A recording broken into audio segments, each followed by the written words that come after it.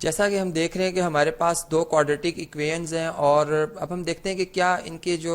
Roots हैं क्या किस तरीके से वो चेंज हो सकते हैं। यानी अगर हम फर्स्ट इक्वेशन को सॉल्व करते हैं, जैसे कि अगर चले मैं क्वाड्रेटिक फार्मूला अप्लाई करता हूं, तो मेरे पास जो स्टैंडर्ड क्वाड्रेटिक इक्वेशन है, सबसे पहले मैं उसे लिखूंगा A X square plus B X plus C equal to 0। और यहाँ से अगर मैं कंपेयर करता हूँ इन दोनों इक्वेशंस में, तो यहाँ से मुझे पता चलता है कि मेरे पास जो कोफिशिएंट ऑफ एक्स स्क्वायर है वो 2 है, जबकि कोफिशिएंट ऑफ एक्स जो है वो हमारे पास 3 है, और जो कांस्टेंट है हमारे पास वो -1 है। अब क्वाड्रेटिक फार्मूला हम जब अप्लाई करते हैं, जो कि इक्वल होता है जी minus B plus minus square root of B square minus 4ac divided by 2a। और जब मैं इस फार्मूला में इन वैल्यूज को लिखता हूं तो मेरे पास जो आंसर आता है कुछ इस तरह से होगा कि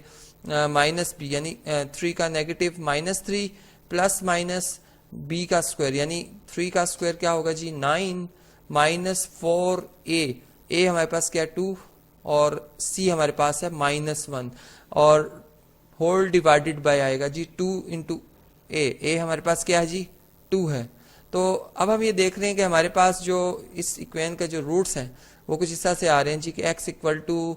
यानी यहाँ पर आ जाए -3 plus minus square root of 9 plus ये प्लस हो जाएगा किस तरह से जी माइनस इंटू माइनस प्लस 4 2 जार 8।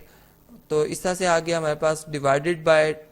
2 को 2 से ज़रब देंगे तो ये आ जाएगा जी 4। तो इस तरह से हमारे पास जो रूट बना वो ये बना कि x इक्वल टू आ रहा है -3 plus minus square root of 17 over 4।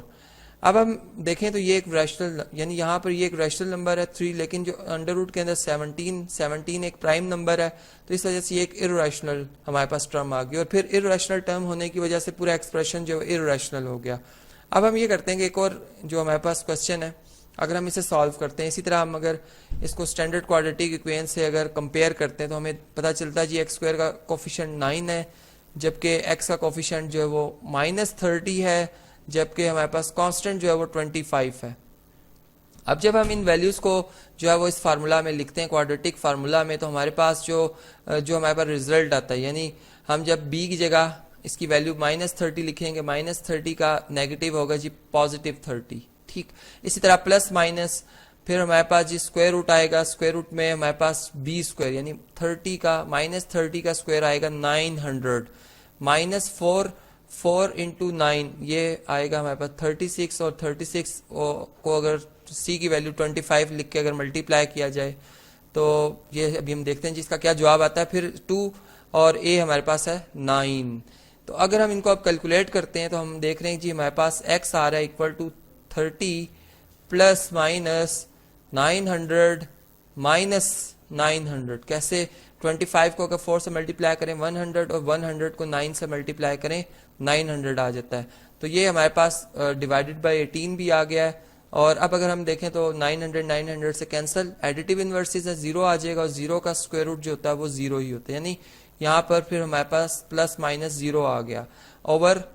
18। और नेक्स्ट में अगर हम किसी भी एक नंबर में अगर हम 0 ऐड करें या सब्ट्रैक्ट करें वो नंबर सेम रहता है, तो यहाँ पर फिर x जो है वो 30/18 आ जाएगा, जो कि फिर 6 के टेबल से अगर हम देखें तो इनका कॉमन डिवाइजर जो है वो 6 है। 6 को 5 से मल्टीप्लाई करें 30 आता है और 6 को 3 से तो ये 18, तो हमारा जवाब 5/3 आया। अब हमने ये देखा कि हमारे पास जो दोनों इक्वेशंस को मैंने अलग अलग सॉल्व किया, इसमें जो हमारे पास जो मेन वजह बन रही है कि जो के नेचर जो कि रूट की नेचर को तब्दील कर देती है। अगर हम यहाँ पे देखें तो जो रूट की नेचर है वो एक इर्रेशनल नंबर है, यानी ये बिलोंग करेगा क्यू प्राइम को, जबकि ये जो रूट है ये बिलोंग करेगा रैशनल नंबर को। अब ऐसा क्यों है? ये सिर्फ और सिर्फ इस वजह से कि जो हमारे पास जो एक्सप्रेशन यहाँ पे लिखा हुआ है जो कि अंडर रूट के अंदर आ रहा है b² -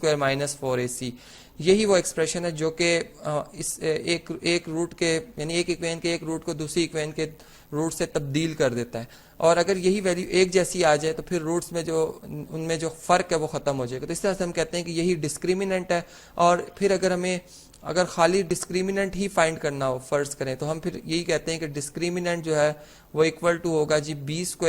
4ac के। और इस क्वेश्चन के लिए हमने डिस्क्रिमिनेंट जो कैलकुलेट किया था यानी b हमारे पास अगर आप देखें